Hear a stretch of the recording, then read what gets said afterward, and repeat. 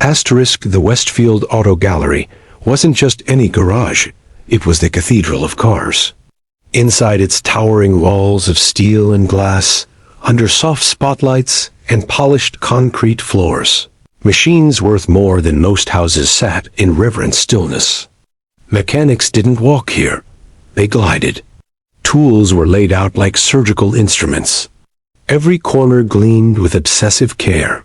If a drop of oil hit the floor, someone caught it before it landed. Asterisk, it was here that the 1965 Shelby Cobra arrived. A velvet-lined trailer, no less.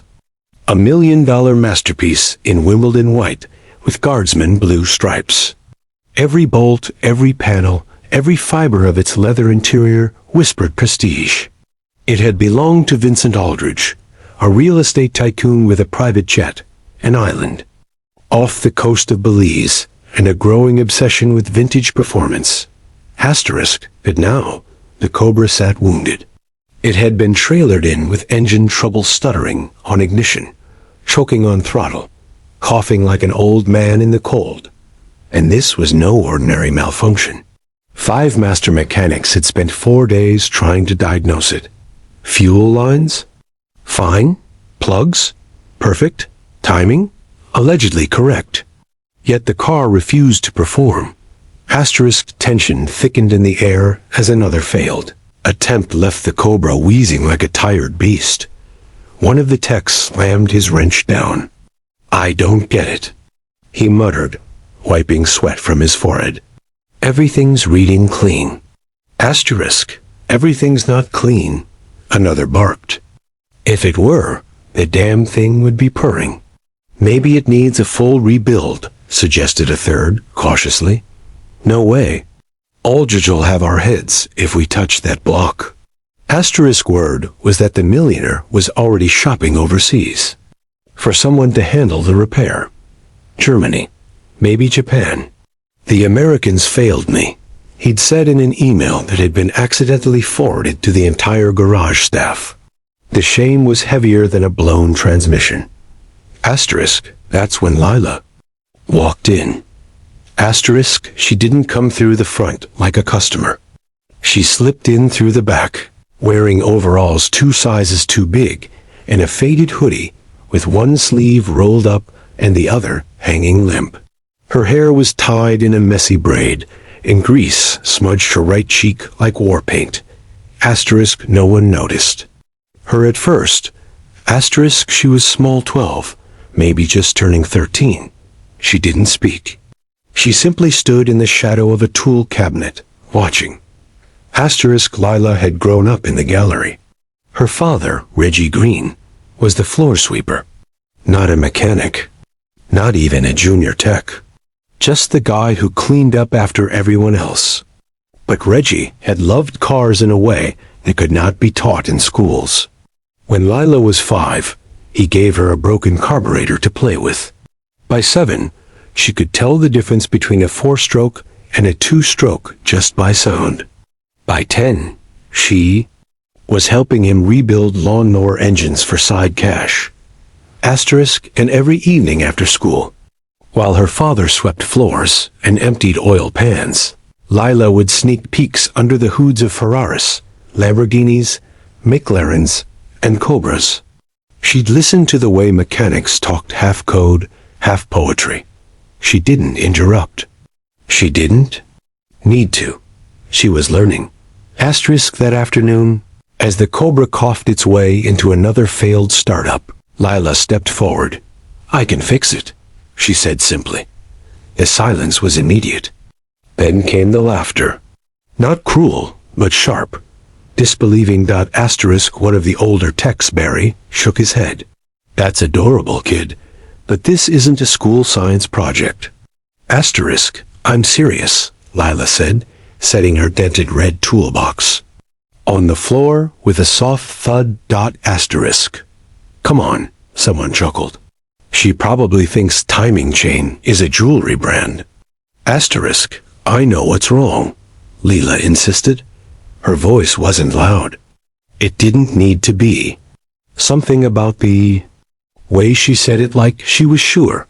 absolutely sure, made the laughter stumble. Asterisk Barry crossed his arms. Okay, genius, what's your diagnosis? Asterisk, she pointed to the engine.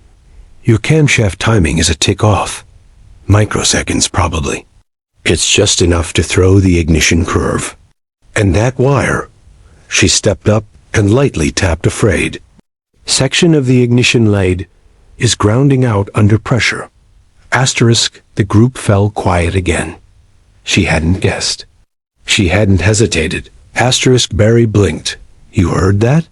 I listened, she replied. Aldridge had been watching from the second-level glass office above the shop floor. He hadn't come down all day, but now he moved to the stairs. No one noticed him yet. Asterisk, you're saying you can fix it? Barry asked, trying to mask the challenge in his voice. Asterisk, I can, she said again, if you'll let me. Asterisk, a few mechanics exchanged glances. Finally, Barry gave a small, exaggerated bow. By all means. Asterisk, she walked up to the car like she'd done it 1,000 times before. Calm, certain. She opened her toolbox and took out 3 tools, no more. A timing light, a fine screwdriver, and a torque wrench. Asterisk, in less than 3 minutes, she had the Cobra's hood open. Her hands moved fast but careful, her fingers thin and precise. She adjusted the cam gear, marked the timing with a red line, and tightened a coil that most had overlooked. Then she replaced the ignition lead altogether with one she'd custom-built at home, hand-wrapped, carefully insulated. Try it now, she said, stepping back. Barry looked around. You sure? She nodded once. He slid into the leather bucket seat and turned the key. Asterisk, the Cobra didn't stutter. It didn't cough. It roared. A low, growling, throat-rattling purr burst out of the tailpipes and filled the garage like thunder rolling over asphalt. Smooth, continuous, alive. Asterisk. The room froze. Asterisk. No one spoke. No one moved. All eyes were on Lila, who simply smiled faintly and wiped her hands on her overalls. Asterisk from the staircase. Vincent Aldridge clapped once, then again. The sound echoed like a judge's gavel. Everyone turned. He descended the steps, his Italian shoes clicking softly on the concrete. The air shifted. Mechanics moved aside. This was his temple. After all. Asterisk, he stopped in front of Lila. You fixed my car. Asterisk, Lila stood straight. Yes, sir. Asterisk, he looked at her, as if seeing her for the first time. And who are you? Asterisk, Lila Green. Reggie's daughter. Asterisk, Aldridge glanced toward Reggie, who had just emerged from the tool shed, jaw half open in disbelief. Asterisk. Well, Miss Green, Aldridge said, you've done what none of my men could. Asterisk, she didn't smile. She didn't gloat. She simply replied, the car told me what it needed. Asterisk, the Cobra purred in the background, as if in agreement. Asterisk, the rumble of the Shelby Cobra still vibrated through the floor, but the noise in the garage wasn't coming from the engine anymore. It was coming from the silence. A deep, charged stillness like after lightning strikes, but before thunder. Answers. Every mechanic, technician, and assistant stood frozen in place. No clapping. No laughter. Just wide eyes staring at the 12-year-old girl with the oversized overalls and calm hands. Lila Green. She didn't flinch under the attention. She didn't shift awkwardly or seek approval. She simply reached back into her toolbox and began putting away her instruments. One by one. The quiet clink of metal on metal was the only sound in the room besides the Cobra's purr. Asterisk. Vincent Aldridge stood directly in front of her now, watching with a look that was hard to decipher. For all his wealth, connections, and Art Deco suits, Aldridge had always kept himself slightly apart. He didn't talk unless it was necessary. He didn't praise unless it was earned. Most in the garage had never heard him say more than a few words at a time. But now he spoke. Asterisk, who taught you that? Asterisk, Lila looked up, meeting his gaze. No one, I just listened. The car was trying to tell you where it hurt. You just weren't listening. Asterisk Aldridge didn't react immediately. His sharp blue eyes studied her like she was a riddle one he hadn't expected to be challenged with. And how old are you? Asterisk, 12. Almost 13. Asterisk, more silence. Then, unexpectedly, he laughed. A low, surprised, honest laugh that rolled out from his chest like it hadn't been used in a long time. He turned slightly, gesturing to the stunned room of expert mechanics. She listened, he said, repeating her word like it was gospel. Asterisk, the mechanics didn't speak. Some shifted their weight. A few looked down at the floor. One or two gave Lila a subtle nod respect, whether they wanted to admit it or not. Asterisk Aldridge turned back to her. You know how rare it is to meet someone who truly understands machines? Not just how they work, but what they need. Asterisk, I think cars are like people, Lila said. They don't just break. Something always causes it. Asterisk, he grinned at that. You sound like my grandfather. He built Cobras in a little shop in Nevada before he made his fortune. Lila blinked, unsure she was supposed to respond. You've got the gift, Aldridge said. It's not just intelligence, it's instinct. And that, he pointed behind him to the still rumbling Cobra, was nothing short of art. Asterisk Reggie had finally reached the group by then, hands still covered in oil from his last shift. He looked like he wasn't sure if he was about to be fired or knighted. Asterisk, I'm sorry, Mr. Aldridge, he began nervously. She shouldn't have been near the car.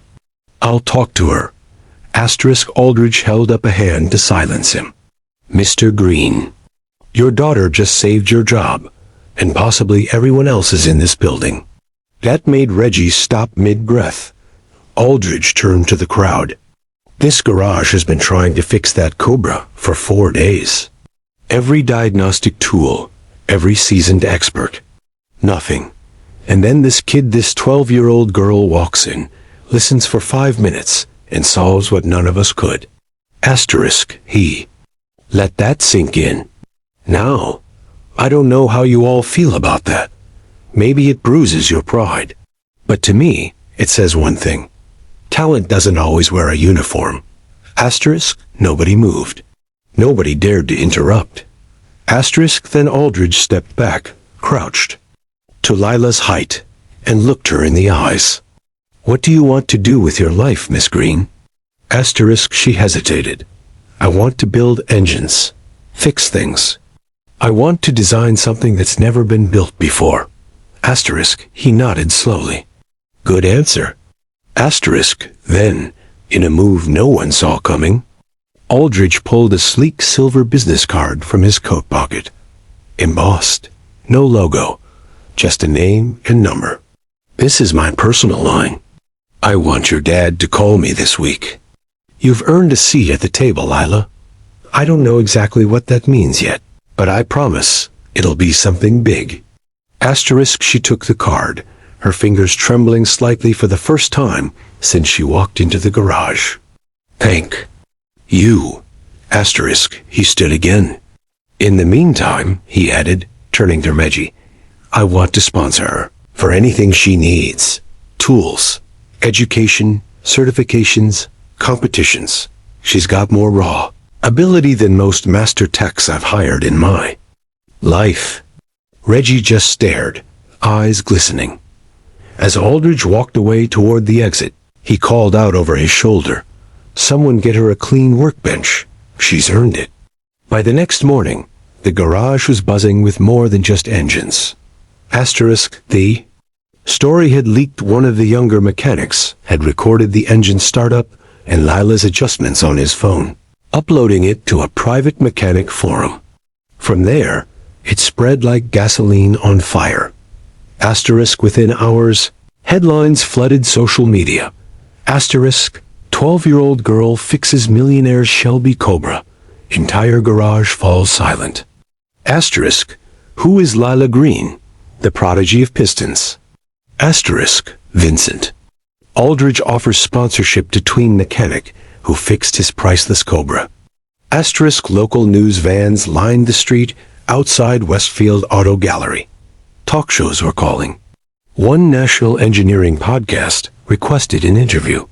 A major automotive magazine offered to run a feature titled The Girl Who Heard the Engine Whisper. Asterisk. But Lila? She didn't change. Asterisk. She came back to the garage the next day like nothing had happened. Her hoodie was still old, her shoes still scuffed, and her braids still messy. The only difference was the small nameplate that now sat above a spotless workbench in the corner of the garage. Asterisk. Lila Green Jr. Tech. Apprentice. Self-taught. Asterisk. Aldridge visited again a week later.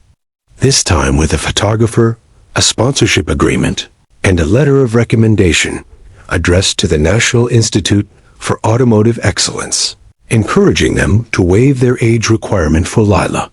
She's beyond your standard curriculum. He wrote, you'll learn more from her than she will from you. Asterisk. 2 months later, Lila was invited to participate in a private engineering mentorship program hosted by a famous race team in Italy. She declined. Asterisk. I'm not done learning from my dad yet, she said. Reggie cried for the second time in as many months. By the end of the year, Lila had been offered scholarships from 3 major automotive universities. She turned those down too for now. She had time after all. Asterisk. But one day, in the quiet of the garage, she whispered to the Cobra as she ran a cloth gently over its fender, don't worry, I'm building something better. Someday you'll have a younger sister.